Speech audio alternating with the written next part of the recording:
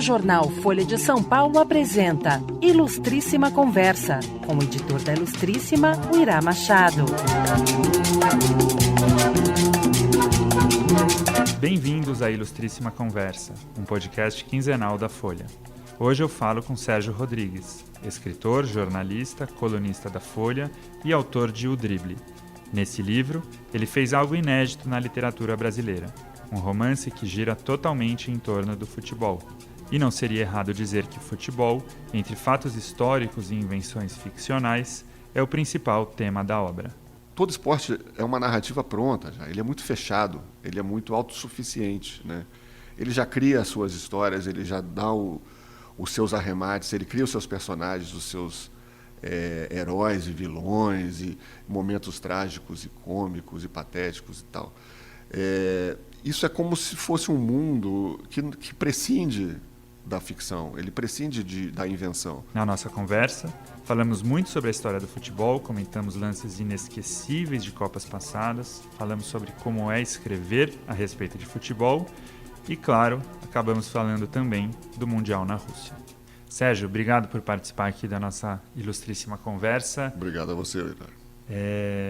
Seu livro é fantástico para esse momento de Copa. Não é um livro recente, então estamos abrindo uma exceção aqui no nosso podcast. Aliás, duas exceções, porque não é um livro de não ficção. Mas ele tem como pano de fundo futebol, lances históricos, e é sobre isso que eu quero falar, sobre como foi fazer um livro a respeito de futebol. E eu quero começar pelo começo do seu livro, que são 4 páginas e meia fantásticas de descrição de um dos lances mais inesquecíveis da história do futebol, que é o drible do Pelé no Mazurkiewicz, goleiro do Uruguai, naquela Copa de 1970. Semifinal, o Brasil acabou ganhando 3-1. E como a gente sabe, aquele drible de corpo que o Pelé fez terminou em não gol. Como que foi escolher esse lance e descrevê-lo dessa maneira? Olha, não posso dizer que eu escolhi propriamente esse lance. Esse lance se escolheu, digamos assim, né? Quer dizer, eu queria que os meus personagens estivessem diante de uma cena inesquecível do futebol. Essa cena meio que se impõe como uma das mais marcantes, né? Eu acho que até porque não resultou em gol. Eu acho que se ela tivesse resultado em gol, teria havido ali um alívio, digamos assim, né? uma conclusão que não houve, porque é um descompasso tão grande entre a beleza da jogada, né? A beleza da concepção e da execução da jogada. E o fato dela não ter resultado em gol é quase que uma falha moral do esporte, que isso pudesse ter acontecido. Então isso incomoda, eu acho que isso contribui para que essa cena seja tão lembrada, né? Se você botar no YouTube, Pelé Mazurkiewicz tem uma infinidade de vídeos disso.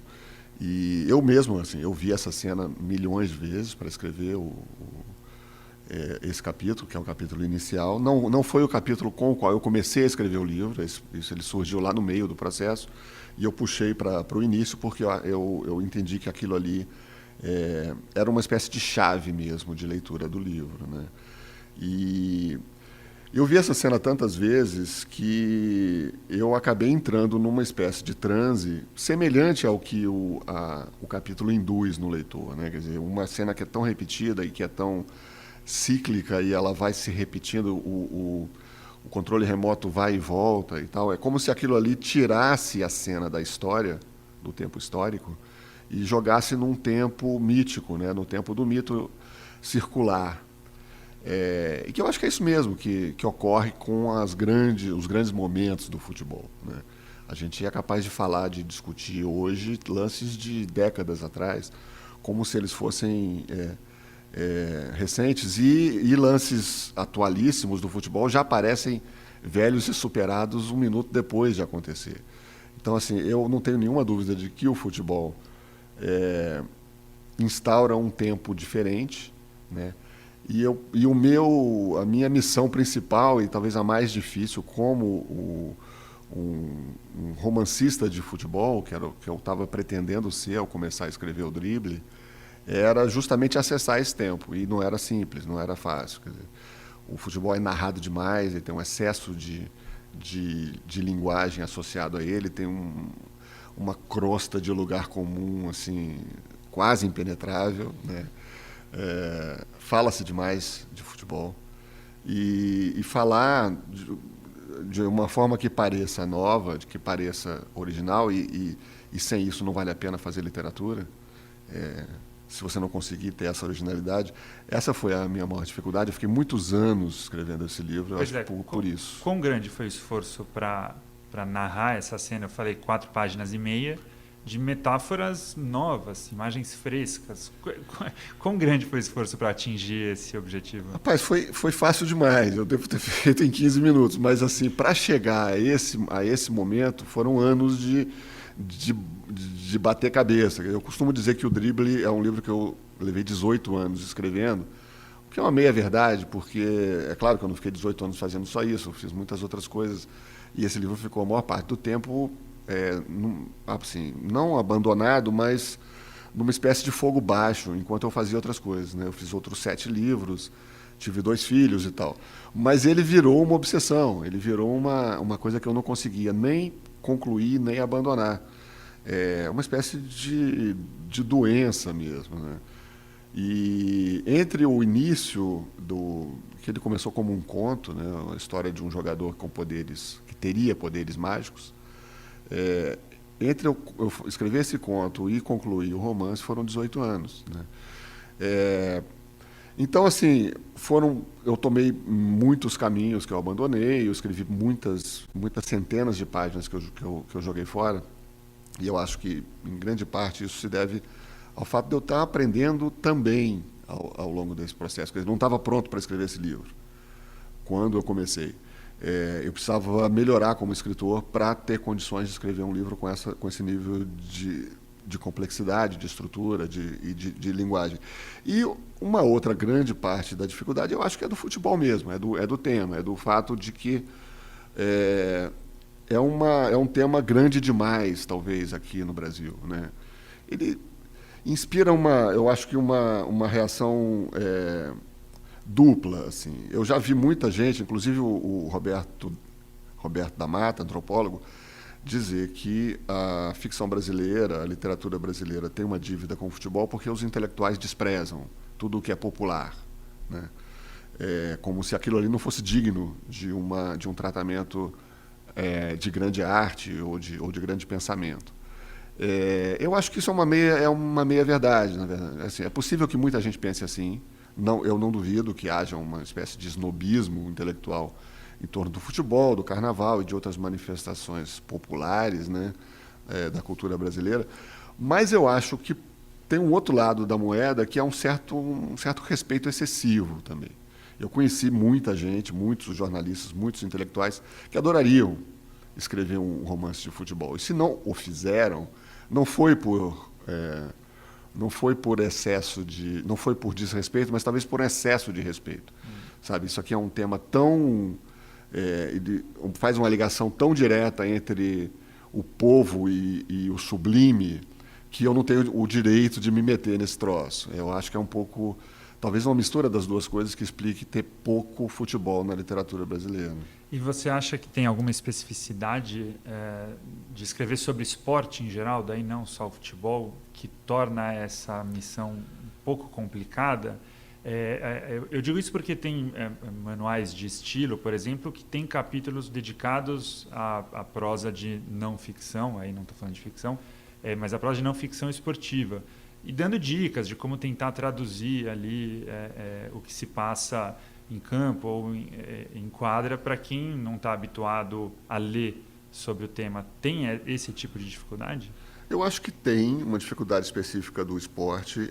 No caso da não ficção, eu acho que é uma dificuldade, digamos assim, mais abordável, porque é uma questão de você encontrar um equilíbrio entre a objetividade e uma certa emotividade, que nunca pode estar ausente, né? Não tem nada mais chato do que um relato esportivo qualquer em que a emoção esteja completamente ausente, porque ela é muito parte daquela experiência ali. Então, se você faz uma coisa que é um puro relatório frio, você não está dando conta do que aconteceu ali, né? Ao mesmo tempo, se você enche demais de emoção, fica piegas, fica bobo, você resvala frequentemente no fanismo, no pachequismo, ou no clubismo, simplesmente, né? No caso, quando não é seleção. Então, é um equilíbrio ali que não é simples realmente de encontrar, mas eu acho que no caso da criação, digamos assim, não só da literatura, mas do cinema, de qualquer arte que se propõe a abordar esporte, acho que ele oferece uma baita dificuldade, que é o fato de que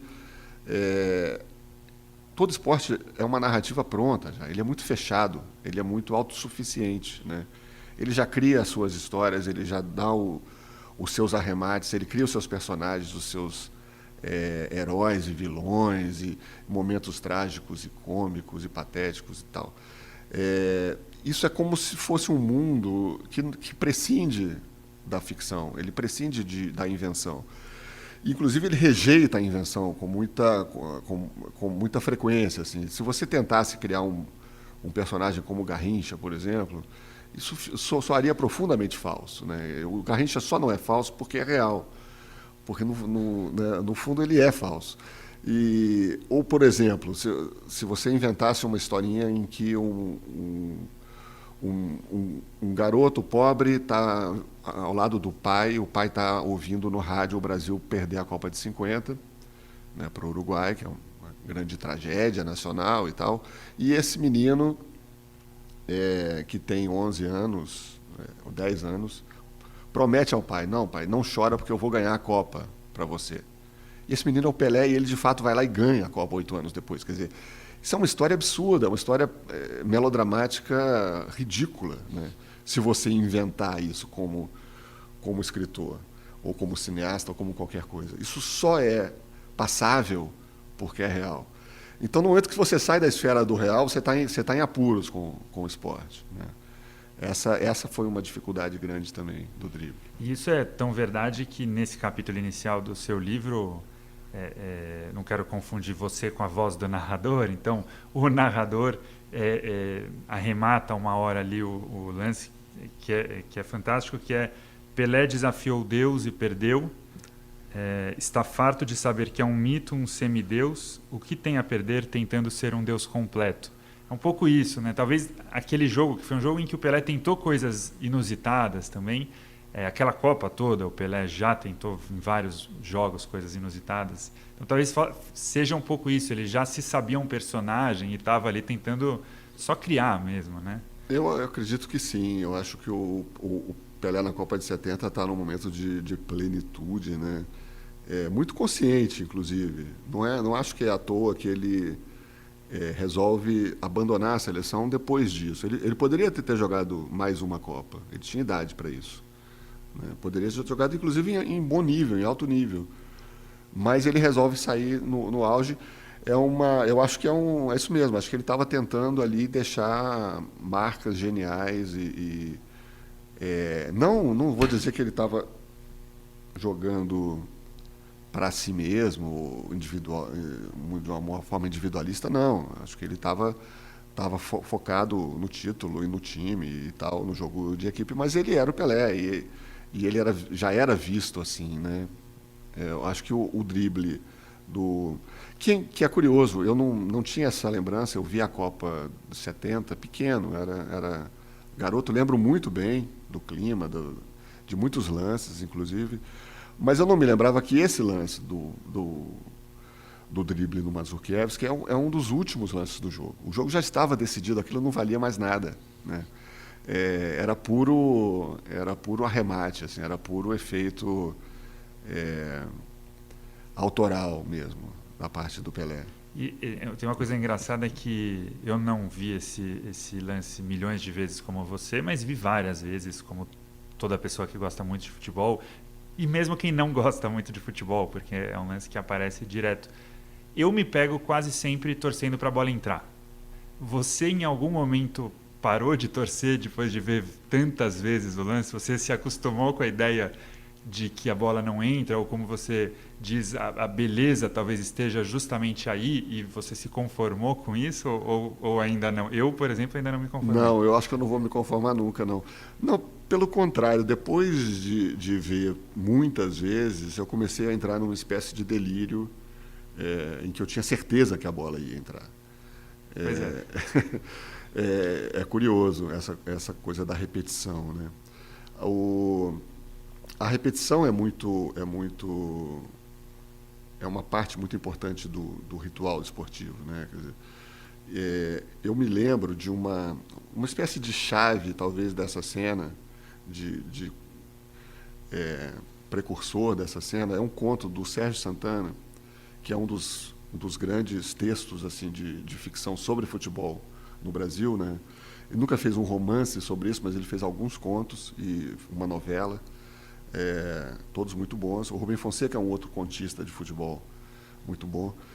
Mas tem um conto do Sérgio, de um livro bem antigo, chamado Notas de Manfredo Rangel, repórter, que é um conto em que um goleiro que tomou um frango no último minuto de um jogo decisivo vai para casa e fica revendo o seu frango eternamente, né?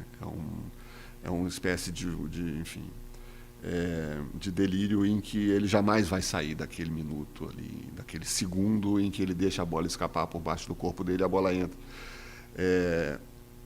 Eu acho que de maneira inconsciente, porque eu só fui me tocar disso depois, mas de maneira inconsciente esse conto do Sérgio foi, digamos, muito importante para eu ter chegado a essa cena da repetição eterna também do drible do Pelé. E falando um pouco dessa sua experiência de produzir esse livro, uma experiência longa, como você mencionou aqui, quão satisfeito você ficou com esse resultado? Alguma dessas dezenas ou até centenas de páginas que você descartou, você gostaria de ter inserido e se arrepende um pouco? Como que é esse seu contato com o resultado? Olha, não, eu acho assim, foi um alívio tão grande para me livrar desse livro que eu não ouso achar que ele não está bom, assim, que ele não está pronto. É isso aí, é o que deu para fazer. Eu acho ele super pronto, achei ótimo. Não, ele tem uma carreira ótima, assim, né? Um livro que foi traduzido, que ganhou prêmios e tal. É o meu livro mais conhecido, dos de ficção, com certeza, né? O mais vendido, o mais conhecido, o mais falado. O fato de a gente estar aqui falando dele, né, quase 5 anos depois do lançamento, eu acho que é bastante relevante. Num país como o Brasil, a ficção em geral não tem esse fôlego todo, né? Acho que o futebol ajuda nisso também. Mas, assim, é claro, se eu for parar para reler, eu não gosto muito de reler livros prontos. Eu sou mineiro, né, mas eu sou, de certa forma, um anti-mineiro, porque tem uma tradição na literatura mineira dos caras que ficam reescrevendo o mesmo livro eternamente. O Ciro dos Anjos reescreveu o Amanuense Belmiro até morrer, o próprio Encontro Marcado do Fernando Sabino, ele mudou tudo da primeira para a segunda edição. Então tem uma tradição mineira de ficar retocando o texto. Eu acho fim esse negócio. Eu detesto essa ideia. Eu prefiro trabalhar no próximo livro. É claro, eu retoco muito antes de publicar. Mas depois que ele foi... Eu acho até uma certa traição, sabe, com o leitor, que lê o livro na primeira edição, você chegar e depois falar, não, olha, eu fiz um outro livro. Não, o cara já leu aquilo já existe, não depende mais de mim. Já está muito maior do que eu e com certeza está fora da minha alçada, né? E você se lembra nesse intervalo de 18 anos qual que foi o clique, o que te pôs na cabeça que você tinha que fazer um romance? Porque você disse que começou como um conto, mas em algum momento aquilo virou um romance. Em que momento virou e por que virou um romance, tendo em vista que não tem nenhuma tradição de romance sobre futebol no Brasil? Mas essa era a razão principal.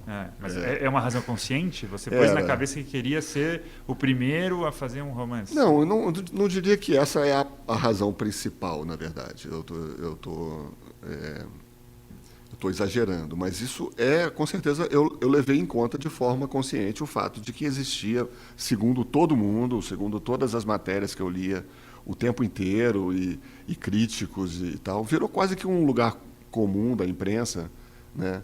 Um clichê da imprensa dizer que a literatura brasileira tem uma dívida com o futebol. Eu li isso tantas vezes que eu falei, poxa, mas então, né, as lacunas existem para serem preenchidas, né? É claro que isso foi uma motivação, o fato de eu ter sido, durante muitos anos, repórter esportivo, ter participado de cobertura de Copa do Mundo, conhecer esse mundo.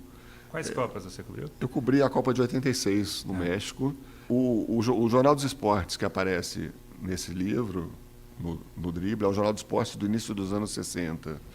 Mas ainda era a mesma redação física de quando eu fui estagiário lá em 83, 82. Então, assim, tinha uma experiência pessoal que eu achava que me dava acesso a esse assunto, né? Eu não ia estar caindo de paraquedas, não. Eu tinha algo a dizer sobre isso. E eu achava que eu podia, eu já tinha outros livros publicados, eu achava que eu podia fazer essa tão decantada ponte entre o futebol e a literatura. Agora, a Fagulha foi o conto, né?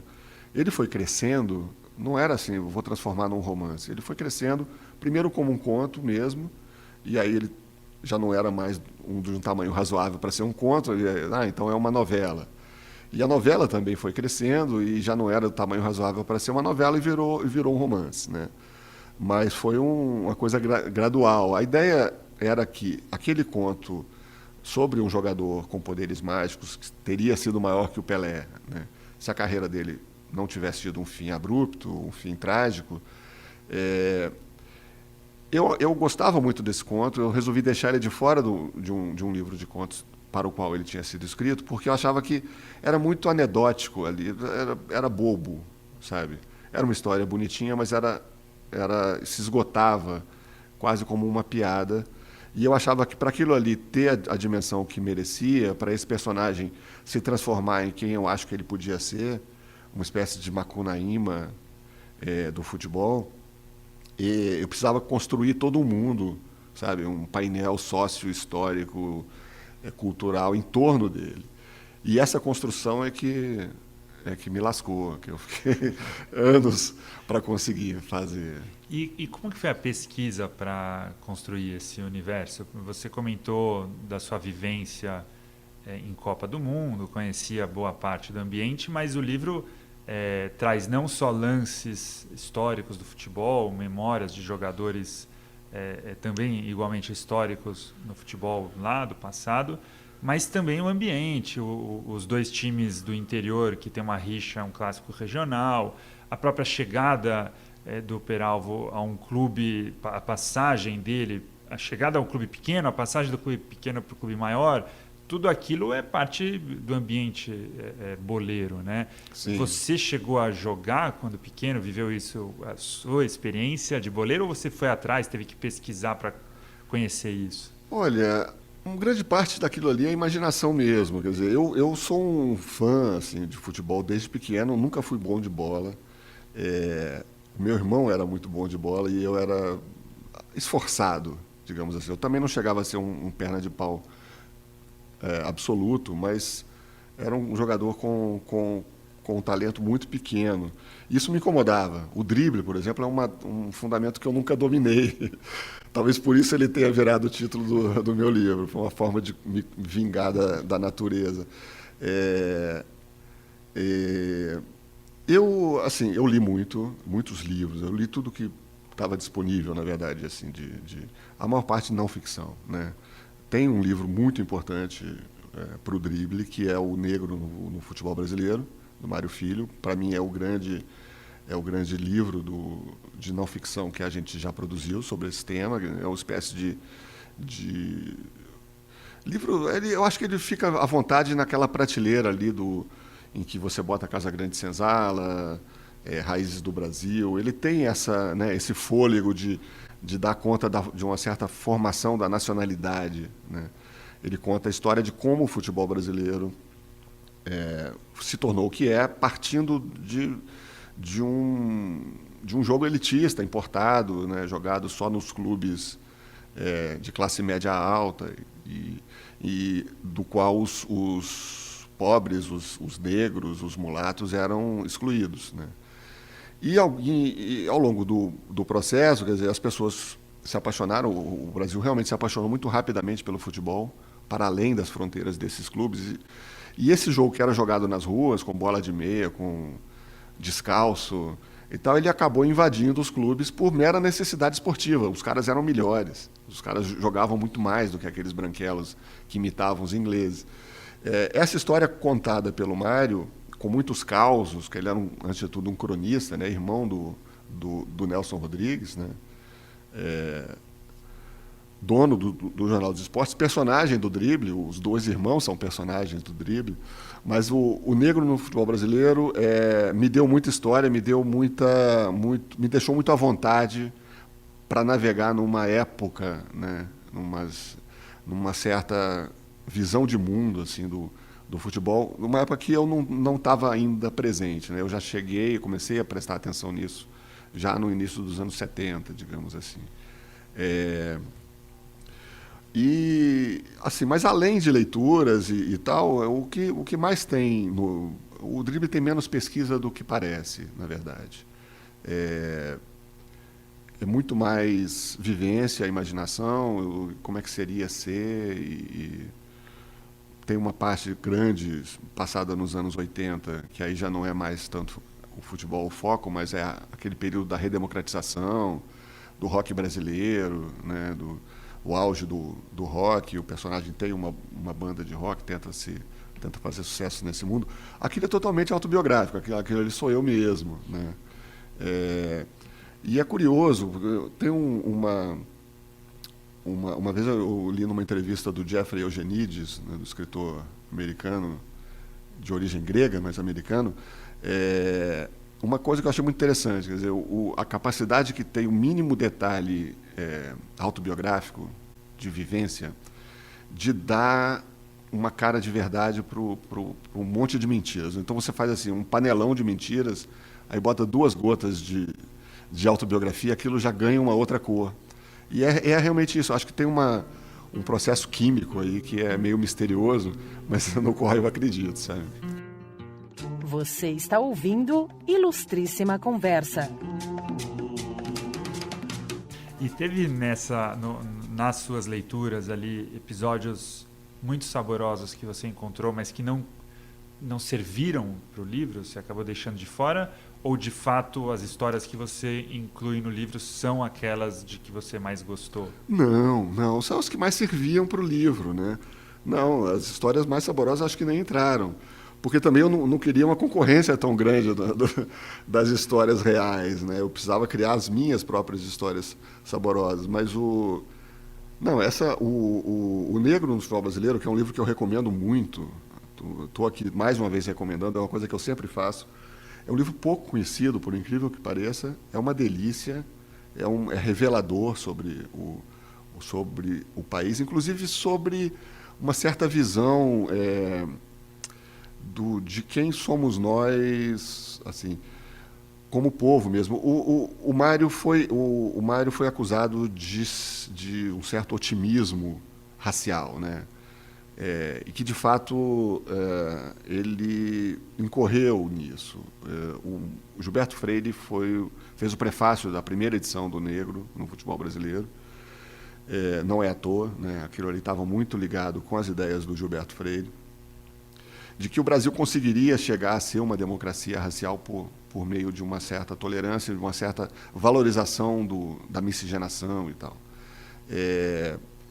O Mário, na primeira edição do livro, que é de 1947, antes do futebol brasileiro ganhar qualquer coisa relevante no mundo, ele chega a dizer que não existe racismo no futebol, o que é uma barbaridade, né? Ele, na edição seguinte, em 62, ele lança uma edição ampliada, já incluindo as vitórias, né, da geração de 58, 62.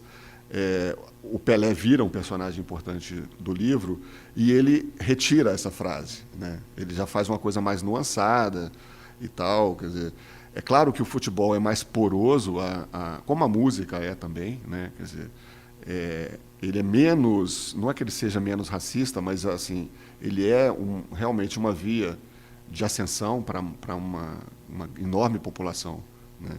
Pobre, negra, brasileira, como outras esferas na vida não são.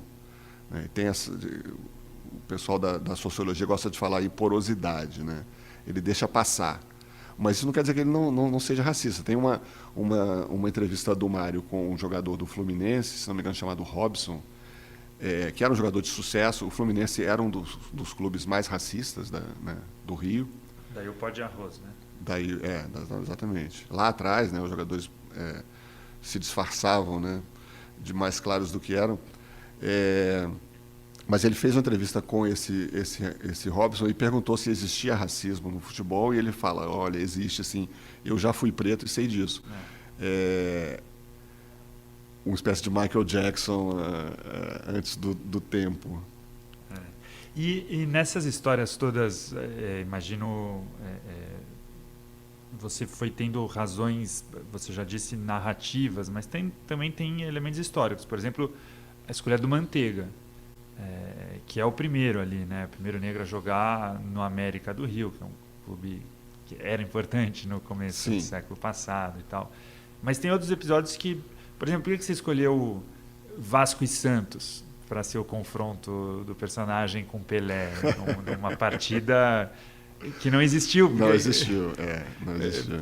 Por que essa escolha, por Olha, exemplo? o Vasco, o Santos porque era o time do Pelé e eu precisava promover esse encontro, né? Mas o Peralvo, que é esse craque que eu inventei, ele foi jogar no Vasco por uma razão, digamos assim, totalmente egoísta e fortuita. Ali ele vai encontrar a sua ruína, né? E eu sou Flamengo. Então eu queria, digamos, botar essa mancha na história do Vasco, sabe? O time que destruiu o Peralvo. Eu não podia botar o Peralvo no Flamengo porque eu jamais faria isso com o meu time. E o América, ele chega ao Rio, né? Quando ele vai jogar no futebol carioca, ele chega pelo América por algumas razões também. Uma razão pessoal, que o meu pai era América, e eu acho que eu sempre tive um certo sentimento de culpa por não ter seguido ele nesse caminho né? Eu acho que os pais todos tentam transformar os filhos em torcedores dos seus times e alguns não conseguem. No caso dele, a parada era dura, porque o América já estava numa decadência terrível quando eu comecei a me interessar por isso. Então não era fácil essa missão. Mas eu quis pagar uma dívida, digamos, fazendo uma homenagem ao América. E outra razão é aquilo que eu estava falando da dificuldade que o futebol oferece, né? Se você traz um jogador desse e bota num time grande, atualmente grande, fica mais inverossímil. O cara vai saber qual era a escalação do time naquela época, vai saber, esse cara não estava lá. O América, como ele já está meio morto-vivo, ele já quase não existe mais, é uma espécie de fantasma, que o Trajano me perdoe eu dizer isso, é uma história mais, sabe, cabe mais isso. Você bota um jogador lá, ninguém vai se lembrar muito bem se tinha ou não. Sabe que eu fui lendo e pesquisando para ver o que de fato tinha acontecido e o que não tinha. E tem um Vasco e Santos em 63, que tem um detalhe curioso. Não sei se você chegou a trombar com esse jogo. É um jogo que no Maracanã, o Vasco está ganhando 2-0, e aí tem uma lenda que parece que é verdadeira, que os zagueiros do Vasco entre si, já depois dos 40 minutos do segundo tempo, comentam entre eles para o Pelé ouvir. E aí, o Pelé não veio hoje? Acho que não veio, porque o Pelé tinha passado em branco. Foi lá e fez um gol aos 42 e uns 43 e empatou o jogo. Eu até achei que tivesse sido um pouco por isso também, porque já tem uma mitologia de Vasco e Santos na década de 60 e tal. Você chegou a trombar com esse jogo ou não? Não que eu me lembre, é possível, mas não foi essa a inspiração, não. Mas o futebol tem essas histórias, né? Reais, né? Daí ser tão difícil de inventar.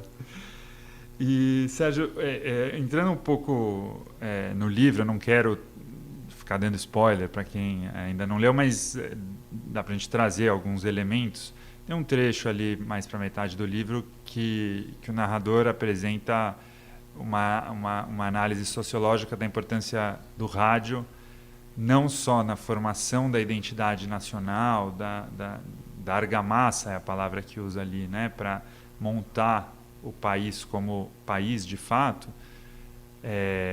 Eu queria saber o que você, Sérgio, pensa em relação a isso. Mas tem também uma outra questão que é muito curiosa, que é a ideia de que, por causa da grandiloquência dos narradores dos rádios, que inventavam lances maravilhosos ou descreviam os lances como maravilhas para atrair a atenção dos ouvintes, forçaram que os jogadores aplicassem na prática o que os narradores diziam. Você, Sérgio, acredita nessas duas ideias ou são só duas boas ideias para o livro de ficção? Olha, a primeira ideia, eu acredito, quer dizer, eu pelo menos nunca encontrei uma explicação razoável na história, né, dos historiadores, para o Brasil não ter se fragmentado, quer dizer, para a gente ter permanecido coeso, sendo um país tão grande e tão diverso, né, como a América Espanhola se fragmentou. Nunca, enfim, tem razões para isso, sim, e tal, mas nunca nenhuma delas me convenceu completamente, né? O fato é que o país não se fragmentou e quando aparece o rádio ele já era já estava razoavelmente consolidado como uma unidade só e tal, apesar de alguns movimentos separatistas aqui e ali que nunca vingaram, né? Agora, eu acho que sim, eu acho que o primeiro meio de comunicação de massa de alcance nacional é o rádio, e isso tem um impacto grande em termos de percepção,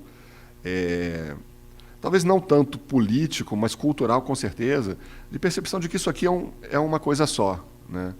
Você passa a ter ídolos da música que viajam, né, que a música deles viaja, a música é muito importante também, tá? Talvez tanto quanto o futebol, nessa construção aí de uma certa identidade, que é um fenômeno do século XX, né?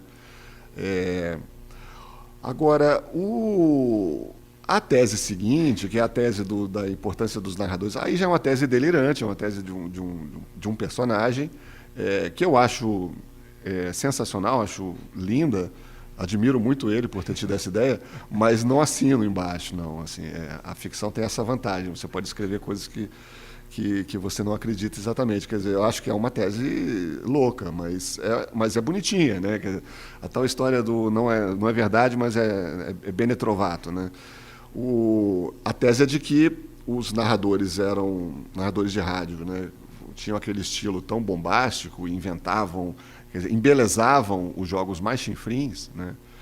Para o cara não desligar o rádio e desistir de ver aquele troço. Então tinha uns joguinhos sórdidos, umas peladas horrorosas que pareciam incríveis no rádio, e os jogadores começaram a ter que se virar para tentar ficar à altura daquelas mentiras que os narradores contavam. Eu acho isso uma tese muito interessante para o nascimento do nosso estilo, né, desse jeito de jogar futebol do Brasil.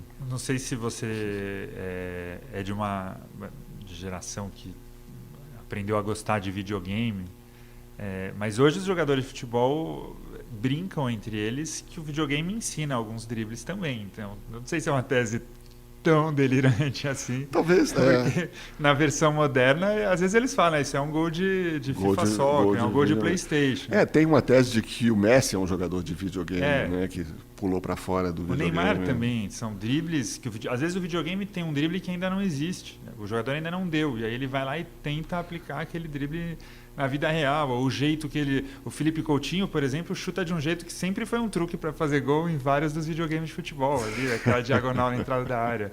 Então, sei lá, pode. Pode. Não, eu acho que essas coisas têm influência, sim, e talvez o delírio do Murilo esteja muito mais perto da realidade do que a gente imagina, né?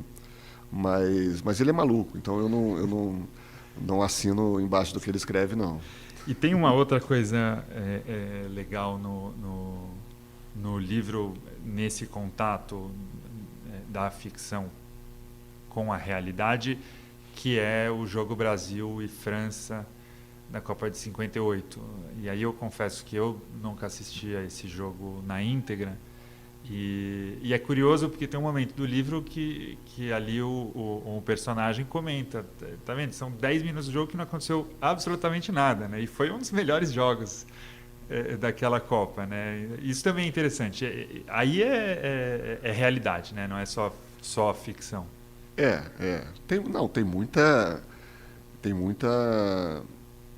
Tem tem muita história, né? É uma ficção que é, digamos, pintada em cima de um painel histórico muito rigoroso, né? Esse jogo, esse eu procurei mesmo. Eu falei que o drible do Pelé no Mazurkiewicz meio que se impôs, mas esse não, esse eu fui atrás. Eu queria eu sabia que existia, era só uma questão de encontrar. Eu queria encontrar uma partida importante da história das Copas que tivesse um trecho absolutamente horroroso, né, de futebol mal jogado, em que os caras errassem tudo. E eu sabia que tem, porque isso é assim mesmo. Até em 70 você encontra isso. Quer dizer, a gente tende a achar que o futebol é feito só dos seus grandes momentos. E em 70 o Pelé errava passe, o Tostão tropeçava na bola. Isso acontece, né? Isso é apagado depois quando você edita as suas memórias. E eu encontrei esse jogo, eu vi vários jogos, o YouTube ajuda muito nessa hora, né? Eu não precisei me enfurnar numa biblioteca do Congresso para ver vídeo. Tá tudo lá, ao alcance de um clique. Então eu vi alguns jogos e encontrei esse Brasil-França, que é um jogão, né?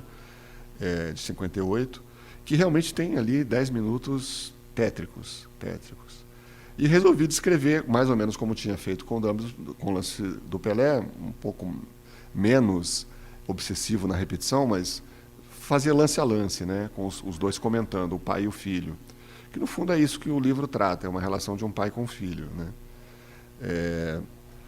Mas... E aí tem a reflexão dele, de que o futebol tem essas horas mortas, né, é um pouco como a vida, né? Não é só feita de grandes momentos. E, em parte, é o que diferencia o futebol de outros esportes. Isso também aparece em momentos do livro ali, né? Porque esportes de ponto, em geral, vôlei, tênis, mesmo handball, que é gol, mas são muitos gols. Esporte mais de repetição, o time... Basquete. O time melhor tende a se impor, porque é estatística, então ele tem um índice maior de acerto e alguma hora aquele resultado... Claro que existe uma zebra ou outra, mas é diferente de ser futebol, como tá ali no drible. Se o Just Fontaine tivesse acertado um dos lances, ele tivesse continuado fazendo gol como vinha fazendo, o tal... É o Parreira, né, que falou que o gol às vezes é um detalhe.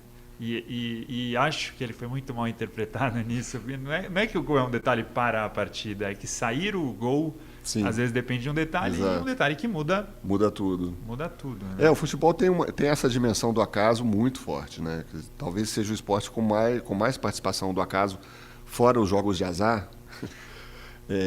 É o que deixa o acaso entrar com mais força. E eu acho que isso é parte do encanto que ele tem, né? Quer dizer, é um esporte em que o Davi pode derrotar o Golias mesmo. Acontece com grande frequência, embora não o tempo todo também, porque senão também não teria graça, né? E para a gente não deixar de falar de Copa do Mundo, estamos gravando essa conversa antes de a Copa começar, a gente ainda não sabe o que vai acontecer, mas e quando o ouvinte encontrar esse podcast, a Copa já terá tido vários jogos. Quais são as suas expectativas, Sérgio? Olha, eu acho que vai ser uma Copa boa para o Brasil. Acho que o Brasil chega muito bem preparado, mais do que eu me lembro assim, de ter visto o Brasil chegar. É claro que em 82 eu me lembro muito bem. 82 a gente chegou com um timaço, mas era um time que saiu do país não tão cercado de uma certeza, assim, de que, olha, uma campanha em eliminatórias absolutamente inédita e tal, o time é esse, está resolvido e tal. Acho que o trabalho que o Tite fez é uma coisa inacreditável, assim, realmente admirável. Não quer dizer que a gente vai ser campeão, é óbvio, né? Copa do Mundo, como a gente acabou de falar do acaso, a Copa do Mundo multiplica essa coisa dos acasos, né? Basta um dia ruim para ir tudo para o brejo mesmo. Mas eu acho que o Brasil vai pelo menos mostrar um futebol muito bonito. A Alemanha, eu acho que já está numa fase, digamos, de declínio. Em compensação, a França em ascensão, a Espanha eu considerava a Espanha uma grande força até essa lambança que eles fizeram, agora ficou imprevisível, né? Quer dizer, essa coisa de demitir o técnico um dia antes da estreia da Copa é uma loucura, mas então não sei muito bem como é que a Espanha vai reagir, mas acho que vai ser uma bela Copa. Tem um certo medo assim, em termos de ali, a Rússia é um país maluco, né? E eu tenho medo do que pode acontecer fora dos campos, assim. Não sei se vai ser uma Copa tranquila nesse sentido, não. Mas dentro de campo eu acredito que seja uma Copa bastante interessante. Você faz bolão? Participou de algum? Eu participei de um bolão, mas não é nem um bolão clássico, assim, de resultado por resultado. Era só de definir os quatro finalistas em ordem, né? Campeão, vice-campeão, terceiro e quarto. Eu botei Brasil, Espanha, França e Alemanha. Mas isso foi antes de demitirem o técnico da Espanha, sabe? Agora não dá mais para trocar. E, Sérgio, uma última pergunta, voltando ao livro. Uma questão que você já comentou, que não gosta de falar que o livro reescrever, mudar de edição e tal, mas o livro é de 2013, de lá para cá muita coisa aconteceu, inclusive o 7-1. Você acha que se os 18 anos tivessem virado 23 ou 25 e você viesse a lançar o livro só agora em 18, ou talvez em 19, 20, você acha que o livro teria saído de outra maneira por algum motivo ou não? Olha, Uirá, com certeza seria diferente. E eu não sei nem se teria livro, rapaz. Por quê? Porque o 7-1 mudou muita coisa, assim. Eu acho que esse livro, ele lida muito com a mitologia do futebol brasileiro, né? Mais do que até com a história, ele lida com uma certa ideia de futebol brasileiro que ele não abraça de maneira acrítica, de jeito nenhum. Não é um livro que seja bobo em relação a isso. Acho que, pelo contrário, acho que tenta botar em questão uma série desses mitos que cercam o futebol jogado no Brasil. Mas, em última análise, é o seguinte: o futebol jogado no Brasil é um negócio muito especial, é uma coisa realmente, talvez, a nossa grande contribuição à civilização, ao mundo, junto com a música, né? Uma contribuição realmente original, em que a gente pegou influências externas, né, e transformou em algo novo e próprio e único. Eu realmente acreditava nisso sem reservas, né? E depois do 7-1, quer dizer, não é que eu tenha deixado de acreditar nisso, mas alguma coisa mudou ali. O nosso tênis foi carimbado, né? Você chega de tênis branco novo na escola e todo mundo tem que pisar em cima. Todo mundo pisou no nosso pé ali e perdeu um pouco do respeito, né? E nós perdemos também um pouco do autorrespeito, porque foi feio demais, foi um vexame inédito. Tem uma série de razões ali daquele time, daquele momento, do fato da Copa ser no Brasil, da pressão e tal. O time simplesmente derreteu de uma maneira bizonha, né? Ridícula mesmo. E o futebol brasileiro nunca tinha sido exposto ao ridículo. E quando você é exposto ao ridículo, alguma coisa muda, né? Eu não sei se eu teria tido força espiritual para escrever o Drible depois do 7-1. E se tivesse, com certeza seria um livro completamente diferente. E talvez você tivesse que esperar mais alguns anos, por exemplo, talvez se a seleção for campeã agora, será que muda ou você acha que não é suficiente para... Não, eu acho que nada nunca vai ser suficiente. Acho que não, acho que é um buraco sem fundo mesmo. Agora, isso não quer dizer que o Brasil não vá ter outros grandes momentos. Ele pode muito bem ser campeão agora na Rússia. 4 anos depois do 7-1, ele pode ser campeão jogando muito bem. Isso é uma possibilidade bastante concreta. Mas eu acho que não apaga aquilo, né? Vai ficar aquela dor ali, que não é a tal dor de 50, que é uma tragédia. Não, é totalmente diferente. É uma espécie de ridículo mesmo, é diferente. É um vexame, né? É uma vergonha, assim. E se 50 foi a tragédia, 2014 foi a tragicomédia, né? E eu acho que talvez sim, talvez eu tivesse que esperar mais alguns anos para digerir aquilo e ser capaz de transformar numa ficção. Acho até que é um bom tema, viu, para um livro futuro, o 7-1. Acho que em algum momento a gente vai ter que dar conta disso. Acho que eu não. Acho que a minha cota com o esporte já está paga como escritor, mas assim, em algum momento eu acho que a gente vai ter que elaborar esse troço aí para conseguir pelo menos uma superação mínima. Bom, tomara que a gente consiga, né, Sérgio? Tomara. Obrigado pela conversa e boa sorte na Copa. Obrigado a você, Irá. Grande abraço. O jornal Folha de São Paulo apresentou Ilustríssima Conversa, com o editor da Ilustríssima, o Irá Machado.